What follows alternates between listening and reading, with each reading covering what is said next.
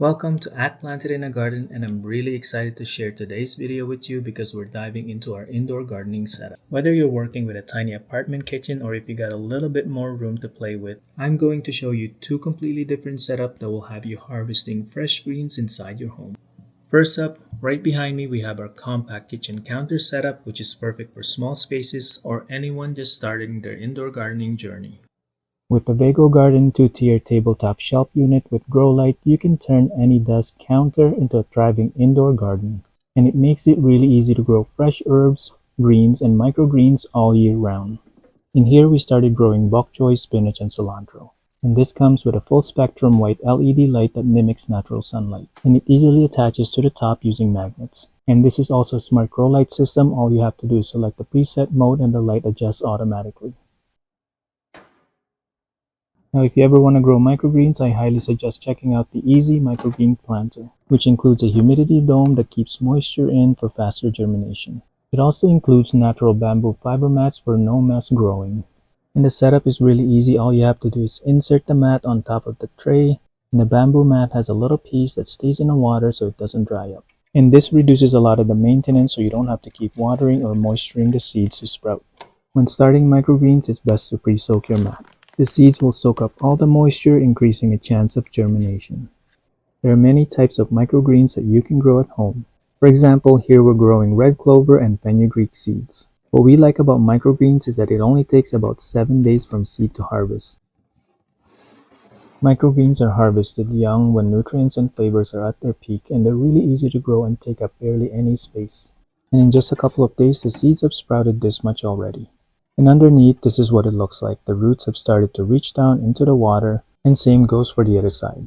This is a really great and reliable way to grow microgreens. In the past, I was using a different system where I had to spray twice a day, and if I end up forgetting to water, the grow mats dries up and the seedlings go to waste. With the combination of the microgreen planter and the grow light, I can just set it and forget it. And it always guarantees a harvest within a week. Now, if you're curious about these two items, you can get it all from Vego Garden, and I've added the information and details in the description. I also want to mention that the shelves can be adjusted, so if you're growing leafy greens that requires more height, you can adjust it easily. One of our most favorite to grow indoors is pea sprouts. Peas grow really fast and really tall, and they can also come back for a second harvest. And if you want them to come back, just cut the main stem above any two leaves. And for an easy harvest, you can pull the microgreens right off the mat and it comes off clean. Microgreens are best eaten fresh. You can add them to your salad or sandwiches. For a much larger space, we're going to be using our basement to grow food indoors. And if you're familiar with our videos, you know that we've been growing food indoors in our basement during winter time using a grow tent. Now this year is going to be a little bit different. We're going with something that's sleek, modern, and a design that looks good in our living space. So here I'm installing a 4-tier Grow Light Garden Pro from Vego Garden. The frames are outdoor graded, UV treated, powder coated steel. It also comes with 4 wheels for mobility and 2 lockable for added stability. So it makes it easier to move around in any location that you want. And the size of this shelving unit is about 66.3 inch high, 47.7 inch wide, and 14 inch deep. And installation is really easy. Everything fits perfectly. It didn't even take me a lot of time to put it together. And overall, the frame is very sturdy, so it can handle a lot of weight. The bottom shelf consists of 2 storage cabinets, and you can use these to store and organize your things. And the material is made of galvanized steel with rust-proof powder coating, so you don't have to worry when water gets on top. With the adjustable tray, you can easily change the tray height or simply remove them to fit different plant sizes. For us, we really like the beautiful design of the shelving unit. It's very sleek, clean, and something that isn't an eyesore. We're really happy with this new system, and we're glad that we'll be able to watch our plants grow every day. Now, one of the biggest questions we get is how do you grow indoors without natural sunlight? Now, if you have a large window that receives about 6 to 8 hours of natural sunlight per day, that's a great location to place your plants in. But if you don't, a great alternative are grow lights. LED grow lights like this one, which comes with the shelving units, can mimic natural sunlight. It can support all plant stages from seedlings to vegetative state to flowering and all the way to fruiting.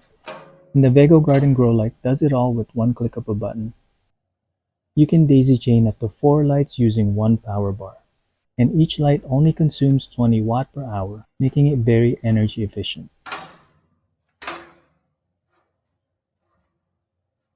Now this shelving unit came with 6 grow lights. I've connected 4 lights at the bottom using one power bar and 2 at the top using another.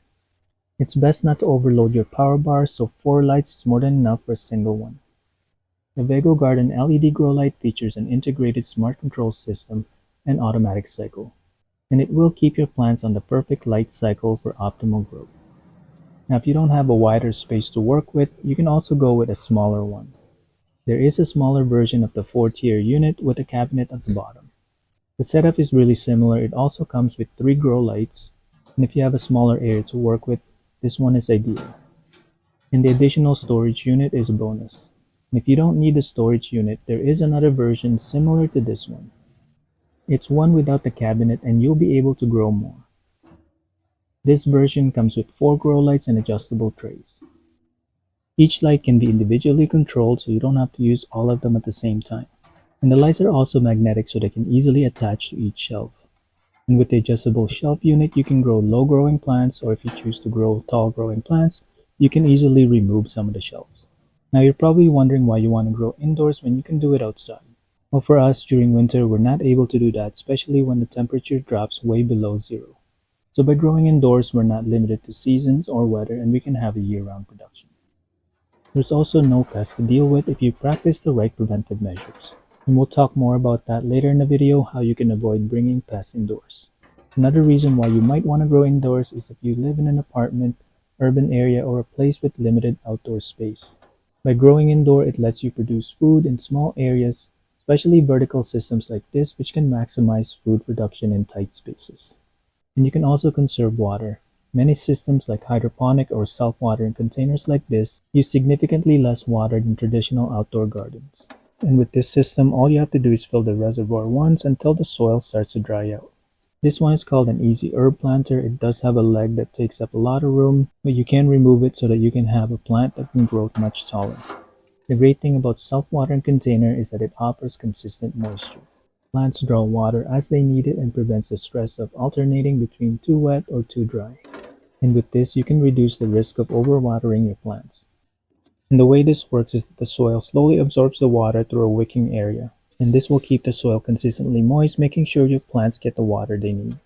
And this can also be used outdoors, not just indoors. There are 2 drains in each corner, so whenever you're using this outdoors, you can simply remove the cap so that the water is released when it reaches a certain height. The idea with our indoor garden is that we wanted to go with something more low maintenance. So a lot of the containers that we went with are self-watering planters. Here we have a mini planter with trellis. We love the idea that this one has a trellis which can support plant growth. And we're going to be using this to grow micro-dwarf tomatoes. Micro-dwarf tomatoes can sometimes produce heavy fruits, so the trellis will help a lot. Similar to the easy herb planter, this one also has a reservoir and a gauge to let you know how much water you're putting in. The only difference is that this one can't be used outdoors because it doesn't have a drain. You can drill a hole at the bottom, but once you do that, you won't be able to use it indoors again. And by far, this is my favorite container. It's called an easy leafy planter.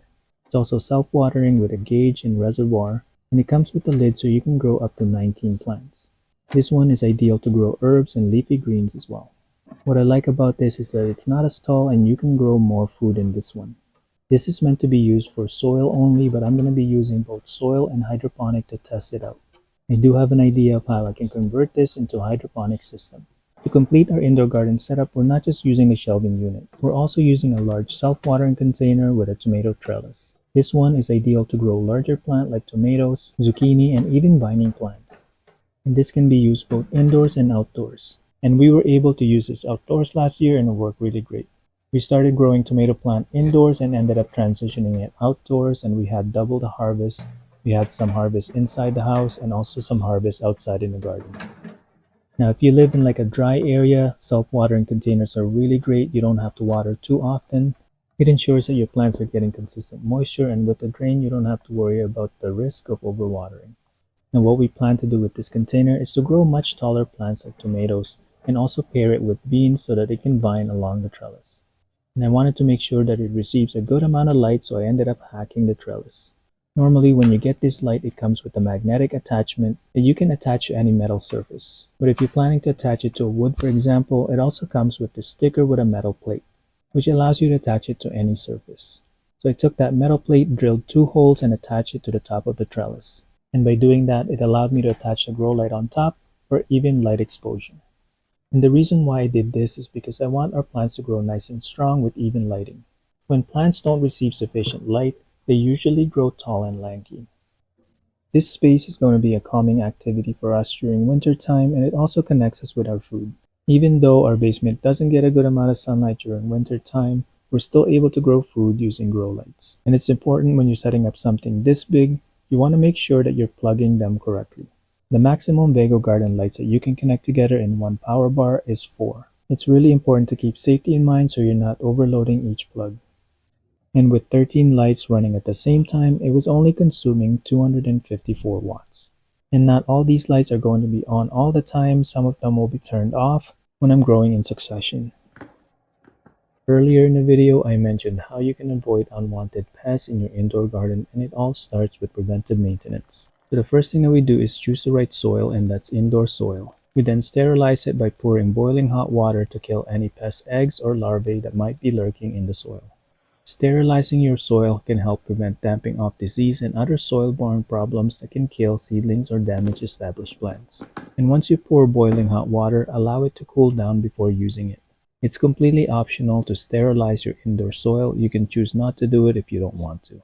In our case, we've never had any issues with bugs appearing in our indoor garden, especially gnats. And also, our seedlings come up really healthy and we haven't had any issue with the dampening off disease. But if you're interested in doing this, it is a lot of work, but it is worth it. And it's best to use a flat container with a lid to keep the heat going evenly, and also this will prevent contamination. And when the soil have cooled down, you can then use it in your garden without worrying about any pests. And one of the benefits to doing this method as well is the soil is already moist. It makes transplanting a lot easier and the seedlings won't go into shock. Even after separating the bok choy seedlings, pulling the roots apart, I planted them directly in the wet, sterilized soil and they never wilted, not one of them. For the first leafy planter container that can hold up to 18 plants, I'm using soil to grow bok choy, cilantro, and spinach. I plan to use 2 of these containers to grow in soil, and I'm going to be using a similar container, but I'm going to convert it into a hydroponic system. So this is going to be a great test for us to find out which one's going to grow bigger and faster. And for the remaining self-watering containers, we're growing micro-dwarf peppers and micro-dwarf tomatoes. These are going to be great for small containers because they won't take up a lot of room to grow. They will grow as tall as 12 to 15 inch, and they don't require a lot of soil to start producing fruits. And for one of the bigger self-watering containers, we're growing tomatoes and pairing it with climbing beans. The other one will be growing zucchinis and bush beans. Zucchinis can be grown indoors, but they do require a lot of room to grow. And this plant will require hand pollination to produce fruits. Now for this part, I'm going to show you how I easily converted this planter into a hydroponic system. And all I did was find a net pot that's 1.5 inch in size. And they were the perfect fit. This system won't require any additional item. It's actually called a Kratky system. All you need to do is fill the water with enough nutrients, and it's great for fast-growing leafy greens like lettuce and bok choy. This container ended up taking about 3 gallons worth of water. For any hydroponic system like Kratky, what you want to do is fill the water all the way up so that it reaches the bottom of the net pot. You want the bottom of that net pot submerged in water at least 1/2 inch to 1 inch. This way, when you put your seedlings in, the root is submerged in water. This will prevent them from drying up and have access to nutrient and water. And for every gallon of water, I mixed in 1 tablespoon of organic liquid nutrients. The 3 gallons of water needed 3 tablespoons of liquid nutrients. So this water is going to be static, there's no need for air bubbler. And as the plant grows, the water will slowly decrease.